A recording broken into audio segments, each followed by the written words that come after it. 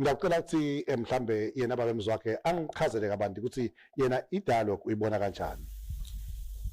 Ngibingelele ko eMaswati lasanda kungena lengakusho nje kafishane ukuthi live lisenkingeni la mina personally ngingathi ngisenkingeni kuneligama lelimnanzi labalikhulumako ngesingisi lelithi dialogue.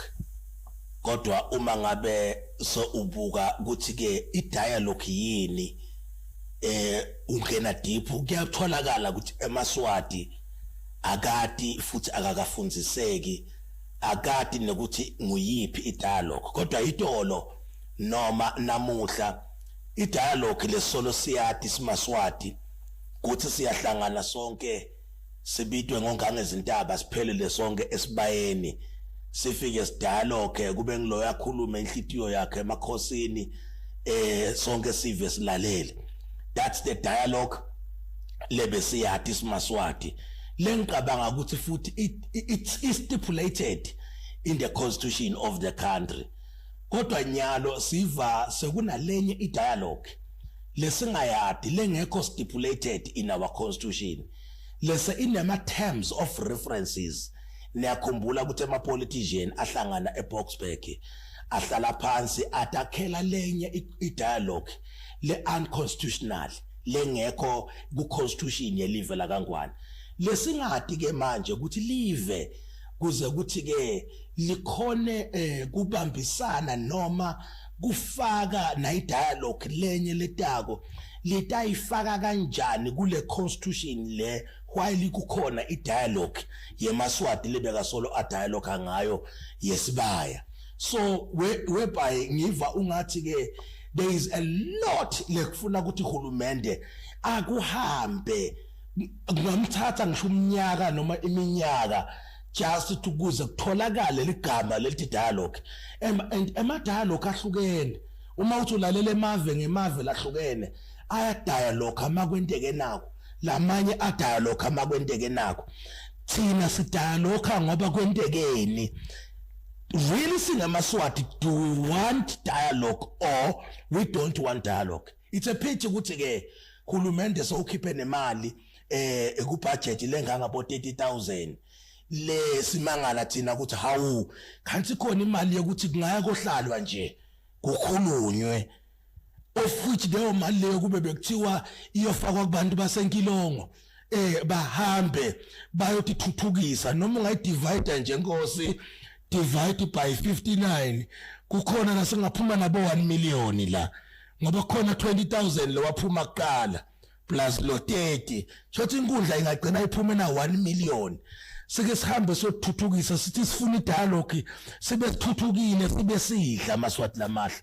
So now asati kahle kahle ukuthi ke nguyiphi le dialogue lefunekalako ngoba na hulumende ungathi akayadi kwanami personally angiyadi kunalamanye ke Maswati lathi akayifuni seyinkinga ke leyo nayo ke Ntuleni. Sibonga kakhulu sibonga kakhulu babemeni mfundisi. Ntuleni sivusele kuwe Maswati la sanza kungena asibukele kulolihlelo ubuta indzaba lenkulu ye-dialogue kwati kwami Ntuleni lendzaba ye-dialogue ligama nje leli khuluma ngekucocisana kwebantfu lengikhanza ke kokuthi kulamithanjeni yeMaswati lokwekuthi tonke tintfo tabo tisetshenzwe ngekuthi kucociswane emakhaya kuyacociswana tikhulu tetfu tiyasibita sihlangane emphakathi sifike sicocisane tikhona tindvuna temcuba kunabo bandlancane siteke tindzaba tekuthi live lesiphila kilo siphatheke njani sifise kuthuthuka njani sifise ukuthi kwakhiwe isikolo noma kwakhiwe ikliniki sibambisana njani sifuna kulethe mandi siyaxoxisana kuvunyelwa nomuthi utawukhokha lokungaka ukhokhe lokungaka kuyaxoxiswana nje sisuke lapho siye ku national level lapho sikhanza ukuthi iconstitution yethu isikhumbuta umlando wethu ngokuthi kunesibaya lapho khona longshemen sihlalo waso kuyingwenyama iyayisibite ke ingwenyama sifike esibayeni siyoxoxisana ngiyakhumbula nje lo kuxoxisana kwethu kwekugcina bekuthitwe ngiloyo akete nelinyeva lakhe lelimhluphako kutosuswa lokho safike siyakhulumisana kuba namabhalane umlangeni umntwana enkosi lapha athathe ma minutes ngokuthi kuxoxiswana ngani kuxoxiswana kuthiwani kusuke lapho bekuye kuthi ke ngaloko ukuthi esibayeni sifike saxoxisana kepha ke kunanasi salukati lapha emvembile kunanangu lokhubatekile lapha endvonjeni longakaphumeleli kutesibayeni bese ke ingwenyama yemaswati ithi kuloku benixoxa kungeke kwaba kuhle kokuthi bese sesiya kuconclude kanzi kunemaswati langakafinyeleli bese ikhipha vusela lo vusela ke sohamba ubutha ke yonke imiqondo yemaswati laletinzaweni langakakhona ukuphumelela esibayeni lokho ke sathi ukuthi kuxoxisana idialogue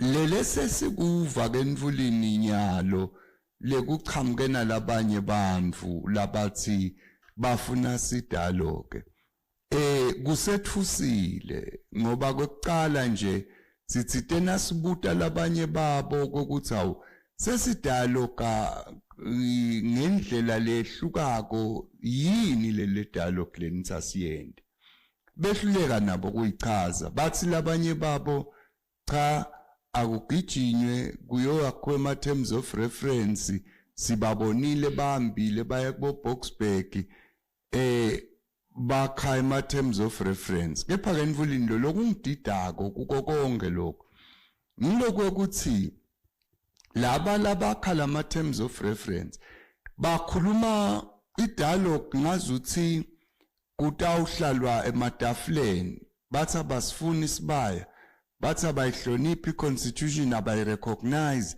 but bathi bangemaswati bakhe ama terms of reference emaveni ngazuthi baqoshiwe ekhaya two labantu bathi kutawuhlalwa lamatafuleni kube ngibongale sive bese ngala kuba ingwenyama bathi bate uyitshela ukuthi awusebabonga bona sebafuna live libuswe kanje lihanjiswe kanje simangala ke kokuthi lomnye wabo nje ukhulume ale Baragwanata le Jozi lapho khona bebakhuluma uthi yena la kutawuba na 1.3 million wemaswati akhuluma nengwenyama satibuta ukuthi uthunywe ngibani satibuta ukuthi ukuthatha phela la khuluma ngakho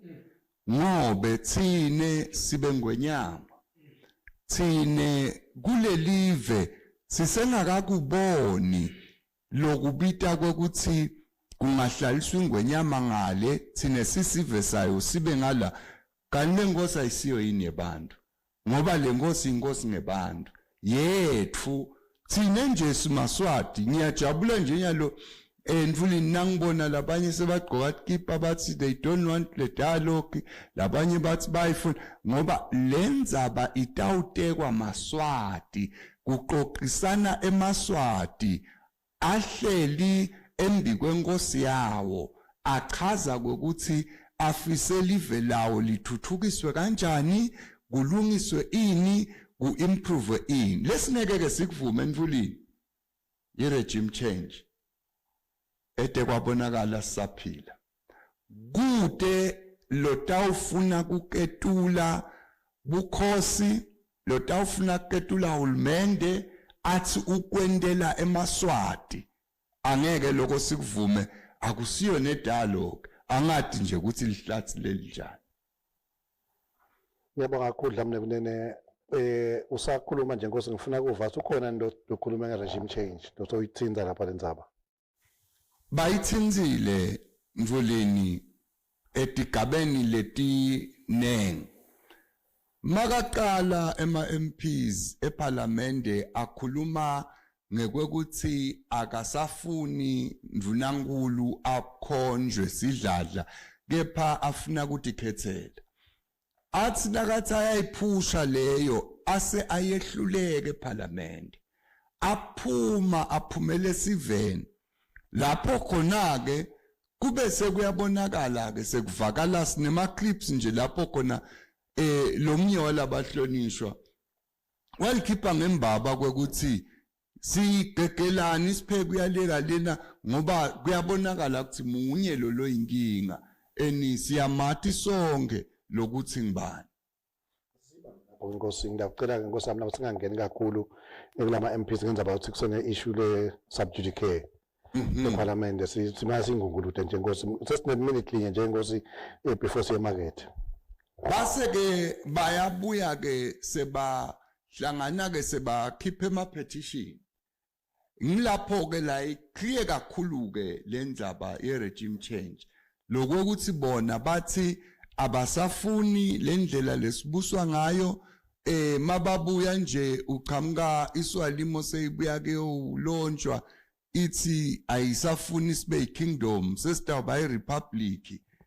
Kutawuba na president. Satimangala kwekuthi hawu laba Sebabhemeni kwekuthi bangacabanga kwekuthi le live selingahamba nje kalula kanjalo. Sikhona thine lebe siphila kilo singakasho ukuthi sekusidzinile lokwethu.